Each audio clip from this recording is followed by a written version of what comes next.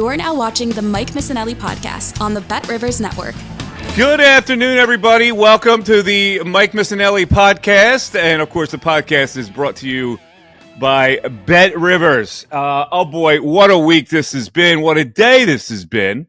At least yesterday was the big press conference. And today we react to it on the Mike Missanelli podcast number 158. Thursday, January 25th, 2024, where all the snow has gone away thanks to the rain of last night. But it's still raining in Philadelphia Eagles land. Here was my interpretation of yesterday's press conference. Blah, blah, blah. Oh, yeah, by the way, Brian Johnson's been fired. And I'm Nick Sirianni, and I've been neutered. I met with Jeffrey Lurie, and I went into Mr. Lurie's office, and I know I had to reveal a plan where I will completely accept a new dynamic with coordinators, coaches, etc., and I will absolutely give up controlling anything on my own, instead deferring to the coordinators that you approve. Basically, that was the crux of the press conference yesterday. We saw a head coach go in there and say, well, he didn't say it, but we all saw it, that in order to save his job, he had to go in there and meet with Lurie in that meeting on Friday and say, and I'll give him credit because he figured it out on what he had to say. And what he had to say was, listen, man, I want to do a whole new thing. Because that's what Lurie was thinking. Lurie was thinking the same thing. We had to do a whole new thing. I'm already, this is Lurie now, I'm already thinking that Sirianni will come back because if I fire him, it's going to be embarrassing for me that I chose a guy that I had to fire. And 3 years ago, I discovered this guy as the next brilliant head coach. So Sirianni figured that out. And I don't know if he figured that out with Howie's help or not, but he went in there to lay on the sword. And he said, Mr. Lurie, I get it. We'll remix the whole thing. The guy that I thought would be the great offensive coordinator who had a great relationship with my quarterback, which is what I said last year, I'll abandon him and I'll abandon everything else and we'll select a whole new set of coaches and we'll bring in guys that you really like. And meanwhile, as the head coach, I will step away from calling plays. I'll give that new offensive coordinator all the autonomy he wants. I will no longer call plays. I'll just kind of be the overseer. That fit with Jeffrey Lurie like a freaking glove. And he saved his job. We talked about what could happen in this situation. Either they were going to zip him, and the longer time went on, they weren't going to fire him. We knew it. But plan B was he had to adhere to everything that they either said or everything that he knew they wanted. And that's what happened yesterday. It is amazing to me when I think about it. If you're a player and you now see what happened yesterday, if you paid any attention at all, you see that this coach completely went in there with his hat in his hand. And you go, can I have respect for a guy who does that? Like, he admitted that he was not qualified and he has to get back to that level of qualification. And here's how we're going to do it by their rules. And we said, listen, he'd be stupid not to do it. Nick Sirianni is a young head coach in the NFL. He didn't want to go in there like Doug Peterson and say, F off. I still believe in my system, and I believe in the coaches that I select. He had to go in there to keep the job and not be fired by going along with everything he knew they wanted to do. Either that or he's on the outside looking in. And who knows if he would ever get another chance to coach an NFL team. So it was self-preservation. Now, will self-preservation lead to the Eagles becoming a contender again? I have no idea. So let's go back to this. I gave you what I thought was the synopsis of the press conference. Let's actually look at the press conference. The biggest issue of the press conference was whether Nick Sirianni was going to keep his job or whether he deserved to keep his job. That was the number one issue that everybody has been talking about, correct? So I would expect that the first question would have been along those lines. The first question didn't come up until later in the press conference. Now, I don't want to sit here and rip the people that cover this team. That is an almost impossible situation where you're screaming questions, trying to get their attention to be louder than the next guy so you can get your question heard and get it addressed. However, in that environment where everybody's yelling a question, you're never going to get a chance to be a follow-up. Okay, so I'm startled as I listen to the first question because it's not about Sirianni's job. It's about Brian Johnson, I think, whatever. So, in other words, reporters went into there thinking that, okay, well, Sirianni's got it. They don't have to question that Sirianni's still the head coach. I just, for the life of me, I can't figure it out. It wasn't until, here was the, late in the press conference, a question came, and I found out his name was Chris Franklin from NewJersey.com. And this question was, when you look at what happened this past year, specifically talking about Nick, what gives you the confidence in him being back for another season to lead this team? Now, that's a good question. That question should have been asked first, right? That's the only issue. It wasn't asked first. So, and then a follow-up would be, did you question his ability to lead when it looked like your team disintegrated? That would have been the follow-up. After the answer came, and you heard from Howie Roseman's answer. Howie Roseman's answer was, well, it was his record. We had 3 playoff years in a row. Not many coaches have that kind of winning percentage. And then the counter question should be, okay, well, your offense had so much respect for your head coach that they went rogue and they designed a play on their own. Well, how about that? Does that speak to what happened in that meltdown? In other words, I would have got to the reason why, or at least tried to have him explain the reason why he was keeping Nick Sirianni. Because that's all people wanted to know. Why would you keep this guy after what happened? Losing 6 of the last 7 games. The team totally disintegrated. You can't counter that with, well, look at his record before that happened.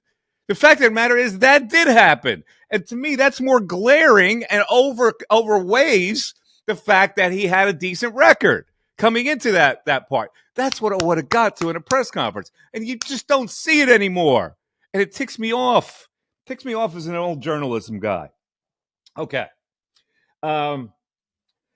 Let's go further with Nick Sirianni. I'm not a fan.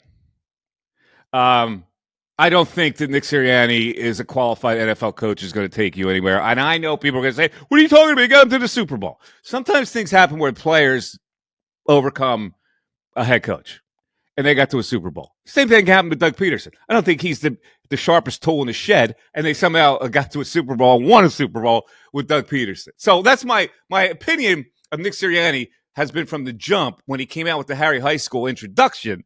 And this guy's a little iffy. So in seeing this press conference this time, I didn't notice what the Eagles brass covets: emotional intelligence. Does Nick Sirianni have emotional intelligence? First of all, let's look at the intelligence part. Does he look like a very intelligent guy to you? Hey, in that press conference, did he come off as an intelligent man? No. Let's look at the emotional part before we put the two words together. He acted like a child a lot of the times when he was winning games, taunting fans, going to Indianapolis with the Frank Reich thing, taunting the Kansas City Chiefs fans. Like, what head coach does that kind of thing? You maybe do it in high school or you do it in a lower level in college. So the emotional intelligence part of this, I think he's lacking. Here's what the Eagles have done, basically.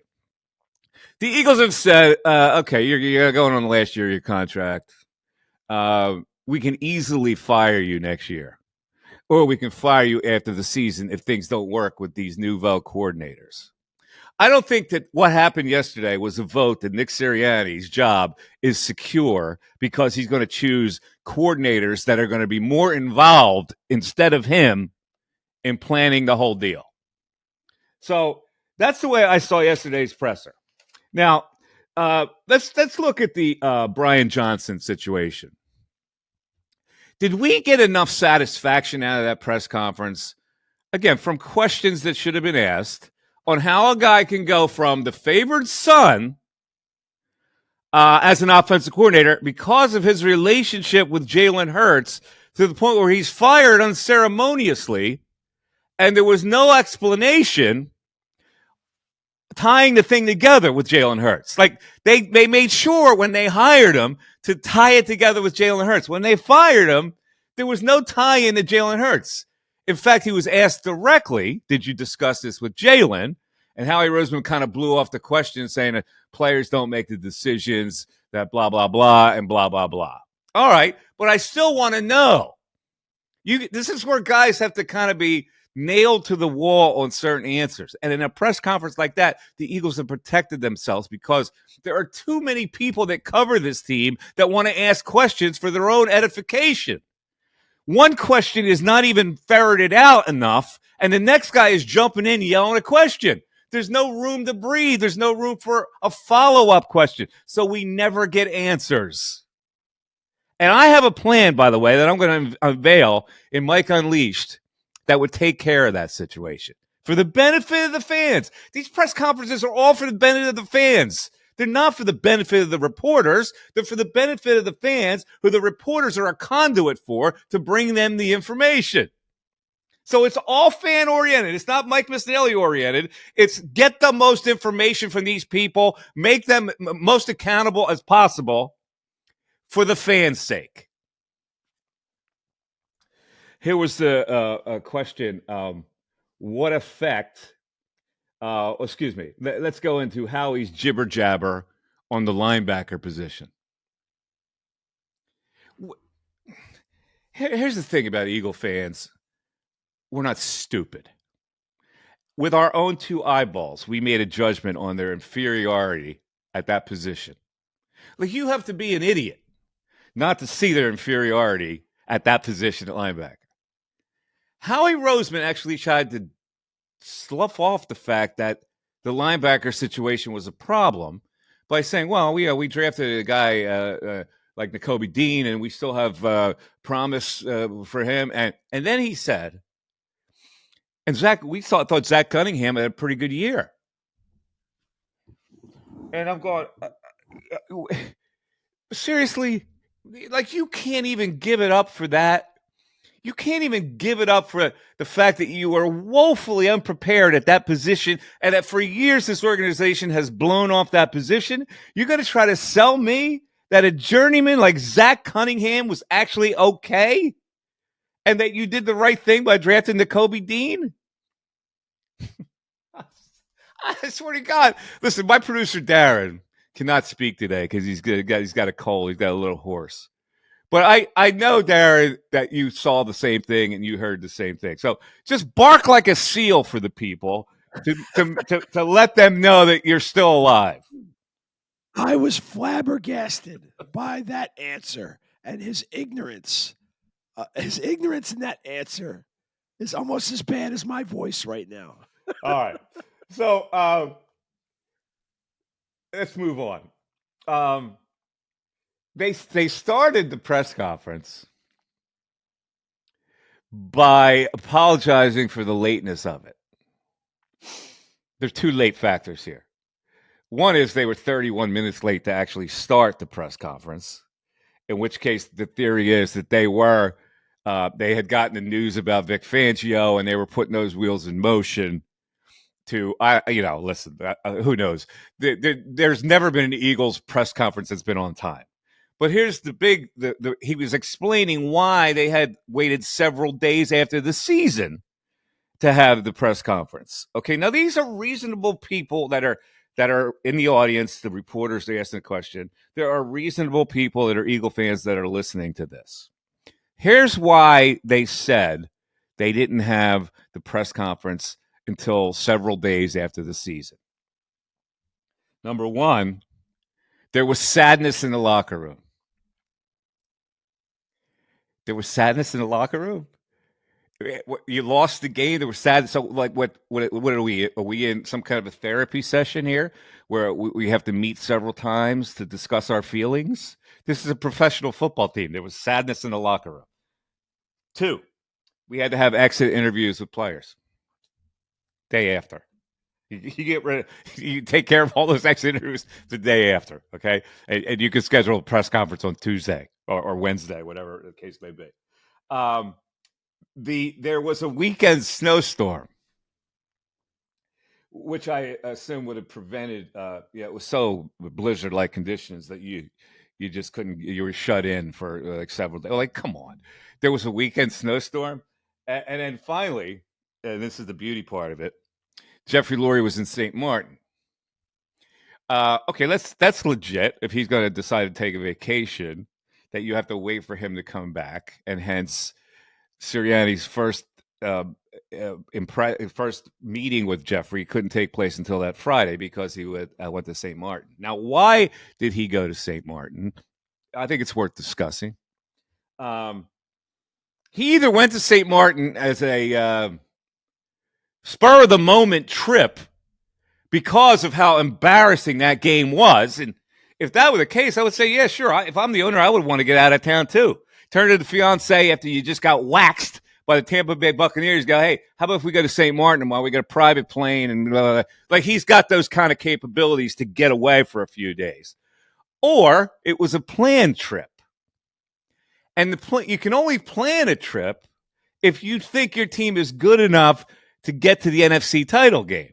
So in other words, you get away for like a 3-day junket at St. Martin and then the weekend comes and your team is in the NFC title game. I'm thinking that was it.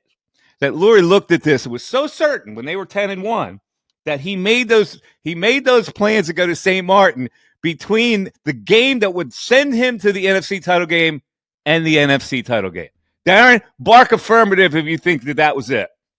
Oh, it's the wrong week. He went last week. That was the week between the wild card and the divisional round. So he went this week, thinking he'd have a bye. He thought he'd have. No, he went right after the game. Yeah, but he went after the wild card game. You're saying he went between the divisional round and the championship. Oh, okay, game. Yeah, that's right. He would have had to play the Lions. Okay, yeah. Whatever.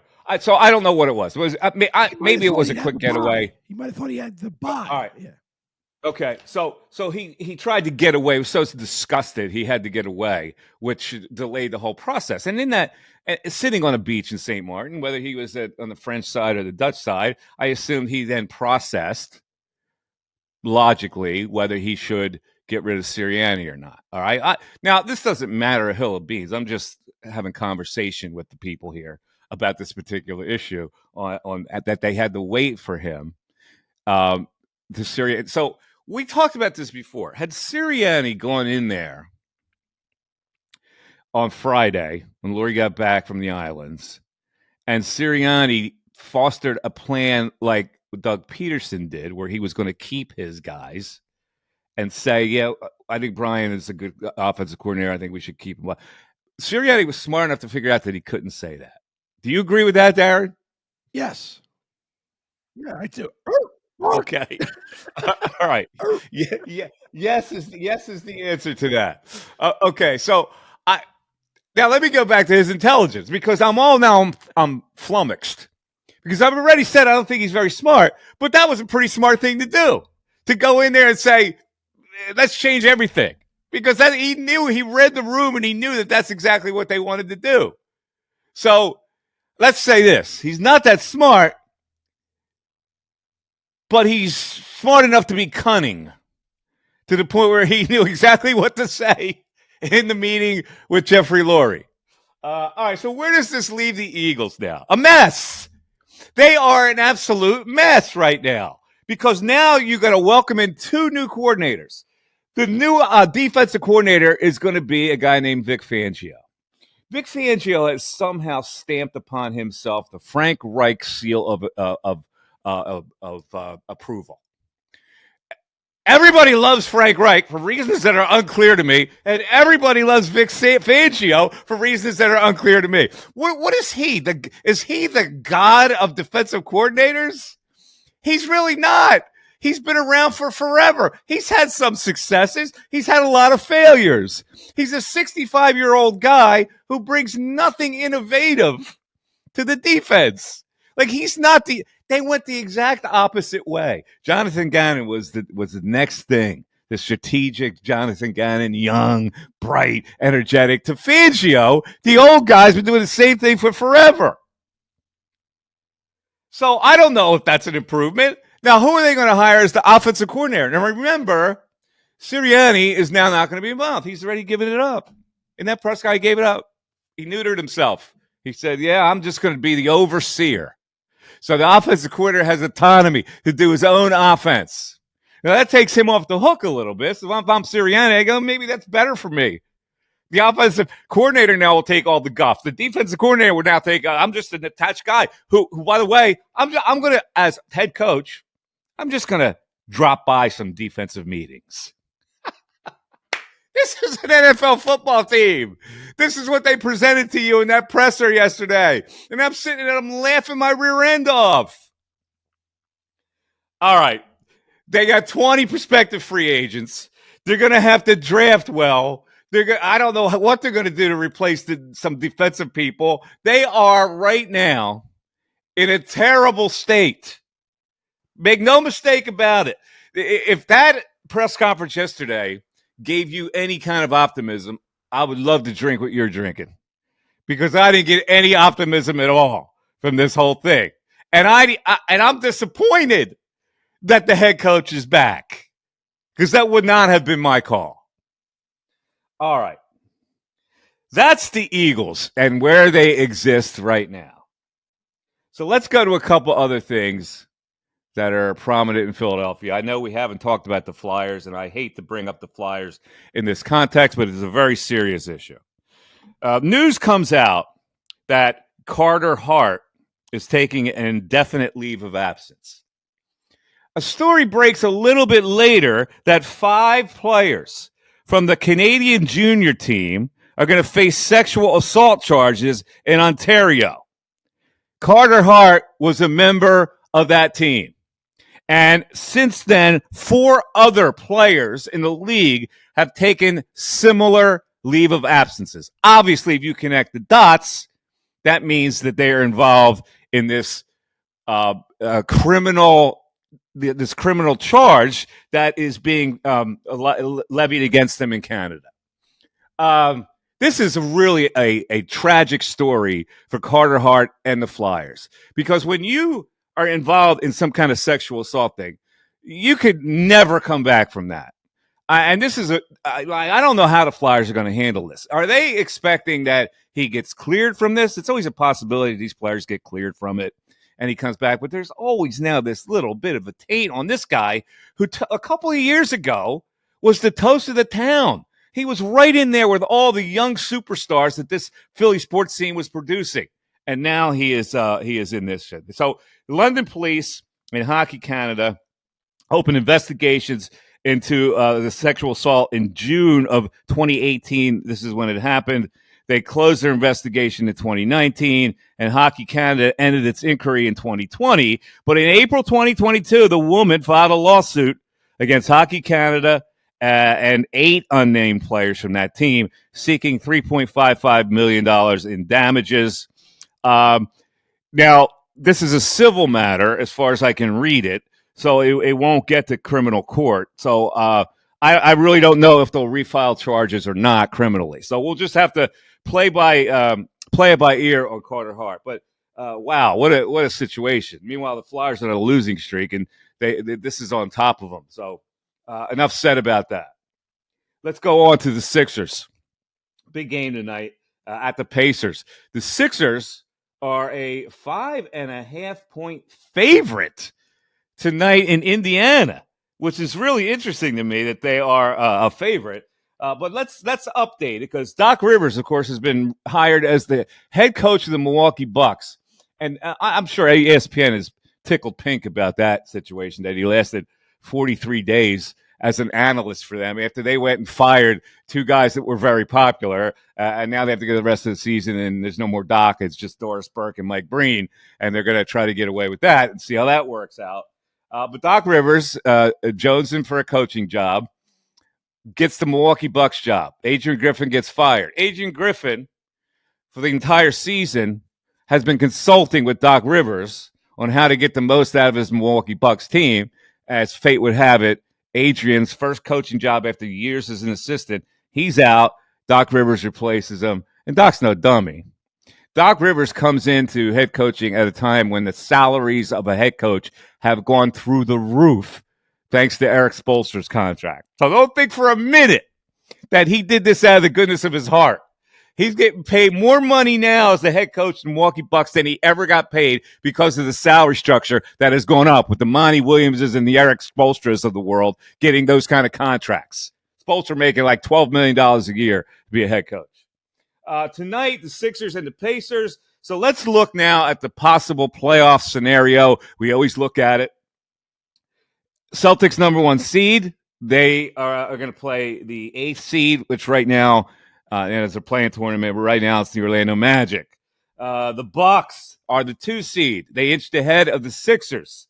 They will play the Pacers in the first round. The Sixers, as the 3 seed, will play the Heat, who just made a trade. You got Terry Rozier.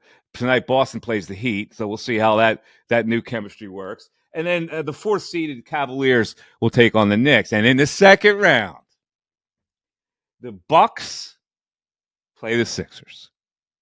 Bucks will have home court advantage. So Doc Rivers, who has struggled to get out of the second round, will face his own team in an attempt to get past the second round. At the same time, the Sixers are trying to exercise the demons and get past the second round.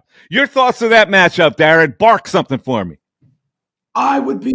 I'll try to talk lower. If I talk lower, I have a voice here. So I would be disgusted if the Sixers lose. Like, nothing would be worse than no worse stake in the heart would it be more than losing to Doc Rivers in the second round. Just what a kick in the nuts that would absolutely be.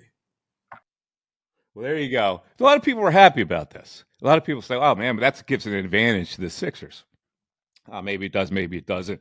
I don't know what Doc's going to do. I don't know how you make players in the NBA play defense when they don't want to play defense. You can have all the system that you want. Defense is will.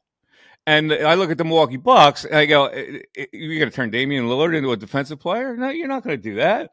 Like, Drew Holiday was a defensive player. Is Chris Middleton a defensive player? Really? So how do you what system do you design to make players who don't have a defensive will better defensively? It just can't be done. It's all about grit and grime and every player in the NBA is capable of playing defense. Everyone, because they're tremendously athletic. And when you're tremendously athletic, you should be able to play defense. It's the will that has to kick in to play defense. All right. That'll close down the Mike Missanelli podcast for today. I hope everybody enjoyed it, and that we're left with a really interesting situation with the Eagles. And it's amazing now where we are with this team. After last year, they go to the Super Bowl. We come into the season with all these high hopes. They go 10-1, and it ends with some lame press conference where the coach neuters himself just to keep his job. I'm Mike Missanelli. You've been listening to the Mike Missanelli podcast. Have a great rest of the day. Have a great weekend. We'll come at you next week. Thanks for listening, everybody. You can catch me via email, mike@mikemiss.com, or on Twitter @MikeMiss25. Don't forget, if you want a Cameo shout-out, just go to cameo.com, put my name in there, and I'll give you a personal shout-out. I got a book out there, a children's book called The Adventures of Shima the Sheba. You might like it. Coming in the spring, I'm going to be at my winery a lot, Natalia Vineyards and Cape May Courthouse. I'm looking forward to seeing everybody on weekends at the winery. Keep all that in mind and have a great weekend. This is Mike Miss for Darren. I'm out. Take care. Bye.